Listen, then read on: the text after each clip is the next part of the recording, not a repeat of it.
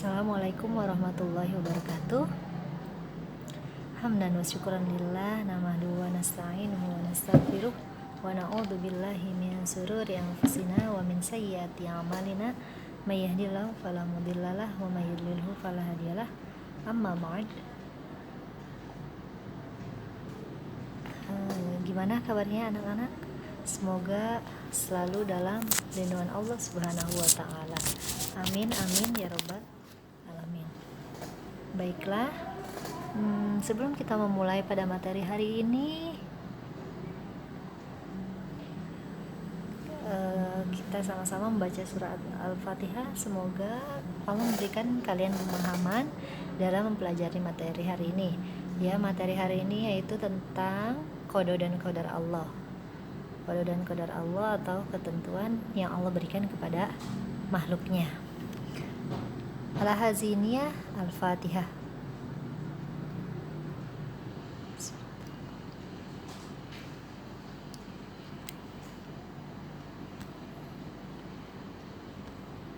Amin amin ya rabbal alamin. Iman kepada qada dan qadar Allah. Bab 4. Nah, kalian bisa baca bukunya bab 4 tentang iman kepada qada dan qadar. Jika kalian tidak memahami materi ini ya, lebih jelas di buku. Ibu hanya menjelaskan poin-poin penting tentang qada dan qadar. Tujuan pembelajaran yang pertama, mempercayai. Kita harus percaya bahwa ada qada dan qadar. Qada dan qadar ini adalah termasuk rukun iman yang keenam ya, yaitu percaya dengan qada dan qadar Allah, ketentuan Allah. Menghayati perilaku tawakal kepada Allah. Menyajikan dalil nakli tentang adanya qada dan qadar dengan benar. Adanya dalil-dalil Allah yang menjelaskan tentang qada dan qadar.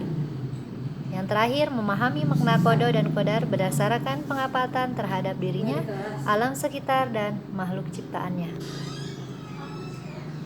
Nah, selanjutnya materinya yaitu tentang qada. Qada menurut bahasa artinya hukum atau keputusan, perintah, kehendak, dan mewujudkan atau menjadikan. Qadar memiliki arti kekuasaan, ketentuan, ukuran, dan mengatur. Apa sih bedanya qada dan qadar? Nanti kita akan ke slide berikutnya. Pengertian.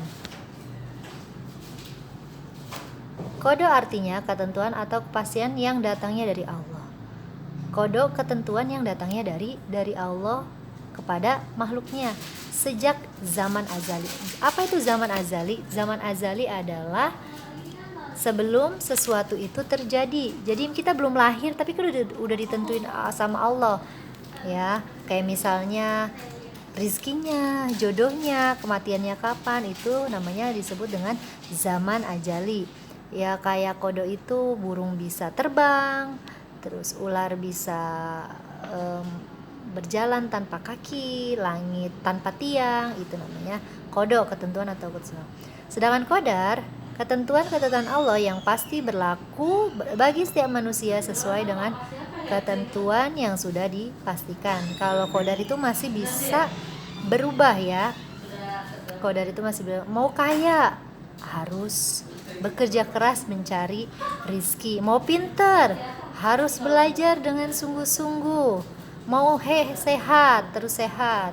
Ya, berkaitan dengan pandemi sekarang, kita mudah-mudahan tidak tertular ya, kita harus menjaga kesehatan. Habis dari luar rumah mencuci tangan, keluar rumah menggunakan masker, itu adalah salah satu bentuk ikhtiar. Hubungan antara qada dan qadar. Tadi Ibu nyebut-nyebut ikhtiar ya. Iman kepada qada dan qadar artinya kita percaya dengan sepenuh hati bahwa Allah telah menentukan tentang segala sesuatu bagi makhluknya.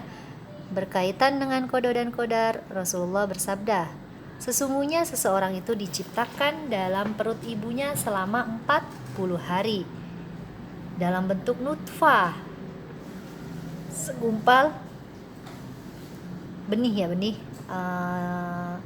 sperma, menjadi mudghah darah, menjadi segumpal daging. Kemudian Allah mengutus malaikat untuk meniupkan ruh ke dalamnya dan menuliskan 4 ketentuan yang tadi disebutkan: rizkinya, ajalnya, amal perbuatannya, dan jalan hidupnya, dia di dunia sengsara atau bahagia. Nah, jadi ketika seseorang yang sedang hamil itu, maka ada yang namanya 4 bulanan. Nah, itu kenapa 4 bulan? Karena selama proses anak itu ditiupkan ruhnya itu ketika 4 bulan. Makanya ketika seseorang hamil di atas usia 4 bulan itu harus diakikahkan. Memang bentuk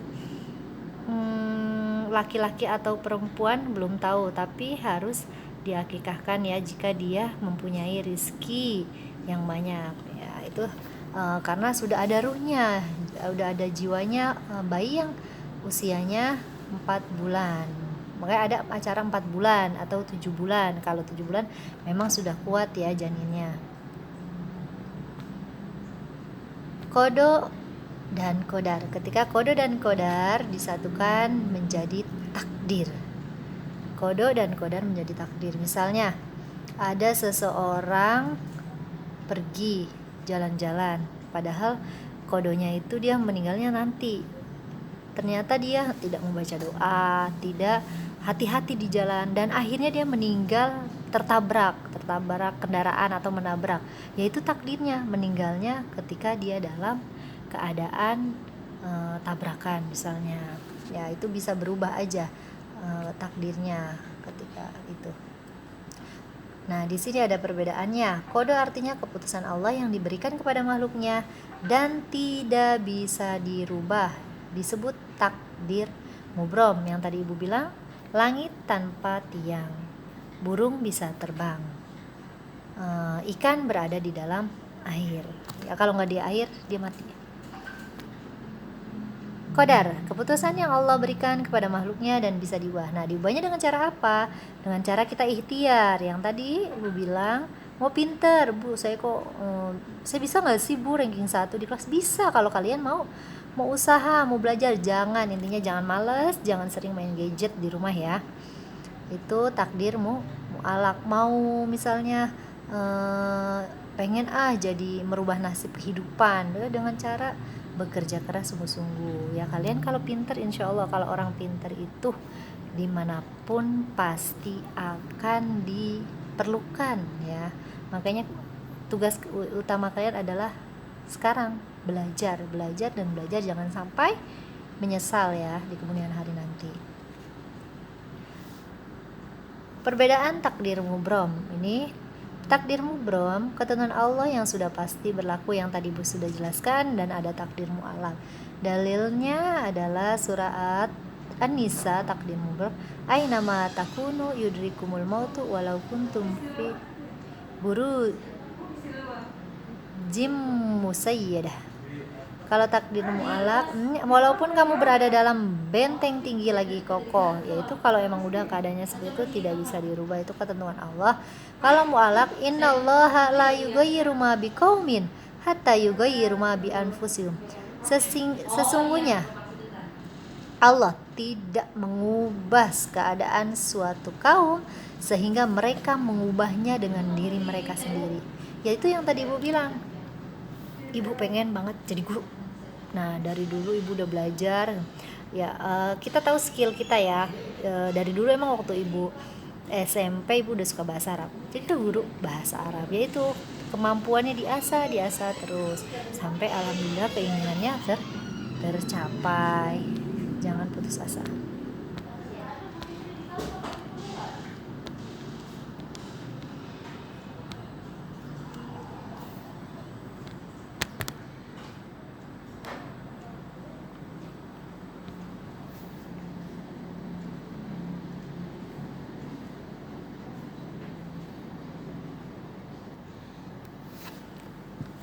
Di sini ada contoh tentang takdir mubrom, datangnya hari kiamat, yaitu hanya Allah yang tahu ya. Bahkan Nabi Muhammad tahu nggak tentang hari kiamat?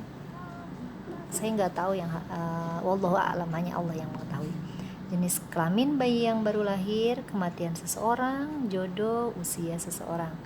Nah, contoh dari takdir mualaf yang tadi, untuk menjadi pandai kita harus belajar dengan tekun dan sungguh-sungguh. Untuk menjadi kaya, kita harus rajin bekerja dan berusaha dengan sungguh-sungguh. Untuk menjadi sehat, kita harus bersungguh-sungguh menjaga kebersihan secara menyeluruh. Jangan berpikiran apa yang kalian inginkan selalu terpenuhi. Pernah dong apa yang kita inginkan nggak terpenuhi? Pernah, ibu pun pernah seperti itu. Kalau ibu contohnya gini, dalam belajar waktu itu ibu pengen banget ke Kairo ya, Mesir. Nah itu ibu udah tes pertama gagal karena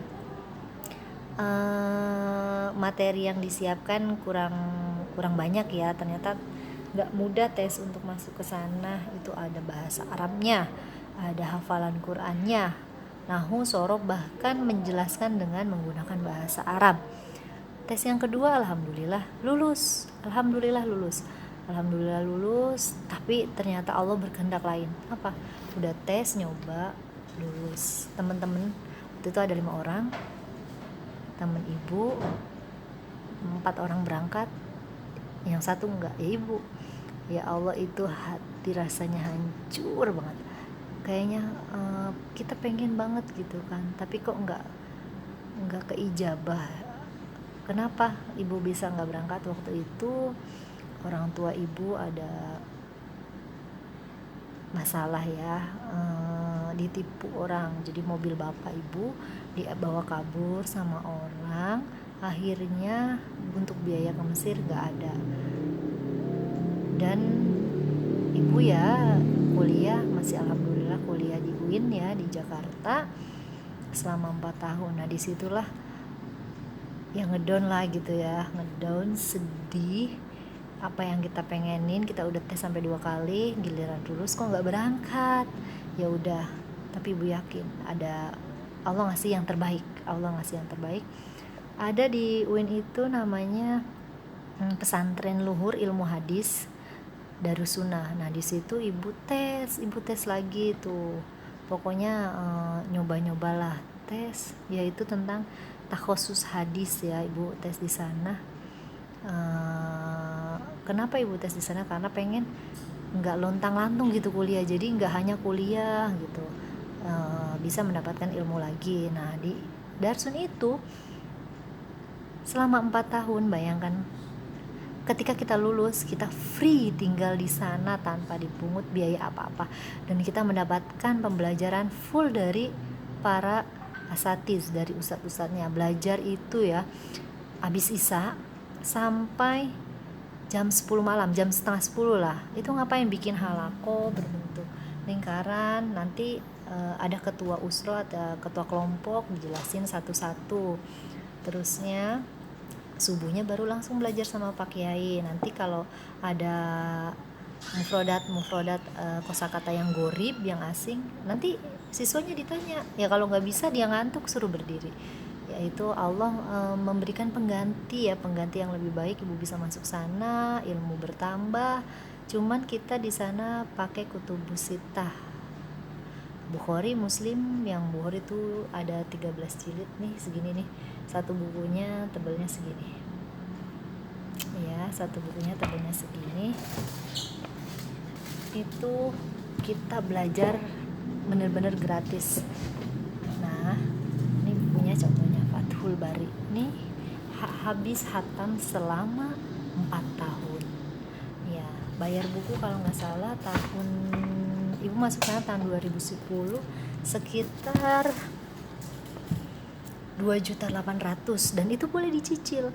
Dan selama 4 tahun ibu free tinggal di sana, cuman bayar 50.000. Buat apa? Ya buat bayar listrik. Itu Allah ngasih kebaikan-kebaikan ya. Nggak dilulusin di Mesir, ternyata Allah ngasih pengganti di Darussunnah. Jadi akhirnya ya kadang kita positive thinking gitu sama Allah. Kan ketentuan Allah bisa dirubah ya, kayak mau pinter, mau cari orang yang mau cari ilmu, mau belajar kemanapun, insya Allah kalau niatnya baik, Allah ganti yang lebih baik Ya itu pelajaran aja ya, bahwa nggak selamanya apa yang kita inginkan selalu diturutin atau diijabah sama Allah. Bahkan ada 3 tanda ketika doa seseorang itu belum terijabah. Yang pertama, bisa digantikan dengan yang lebih baik. Yang kedua, bisa langsung diijabah. Yang ketiga, bisa nanti diijabahnya beberapa tahun kemudian. Makanya juga buat para orang tua, ketika mendoakan anak, kalau lagi kesel jangan yang buruk-buruk, karena jadi doa. Saya kalau lagi kesel sama anak gitu ya, saya ingat doa orang tua adalah, perkataan orang tua adalah anak, Samia, padahal kesel banget, Samia, bilang Samia soleha gitu. Jadi ya itu, ketentuan Allah bisa berubah kepada hambanya, dan orang tua juga doanya paling ijabah buat anak-anaknya. Makanya mendoakanlah yang terbaik.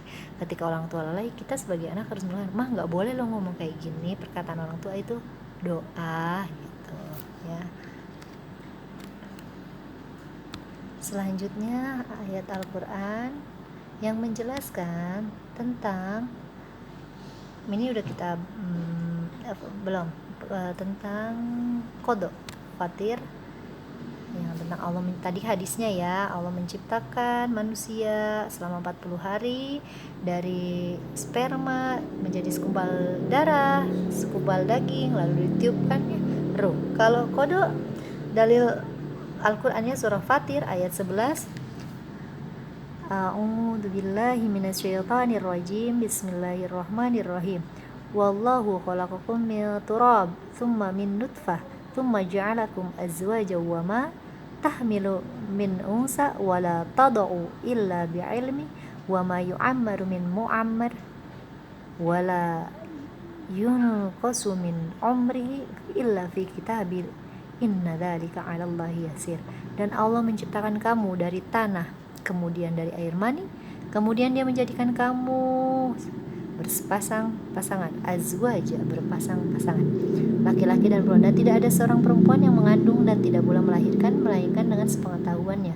Dan sekali-kali tidak dipanjangkan umur seseorang yang berumur panjang, dan tidak pula dikurangi umurnya melainkan sudah ditetapkan dalam kitab. Sesungguhnya yang demikian itu bagi Allah adalah mudah.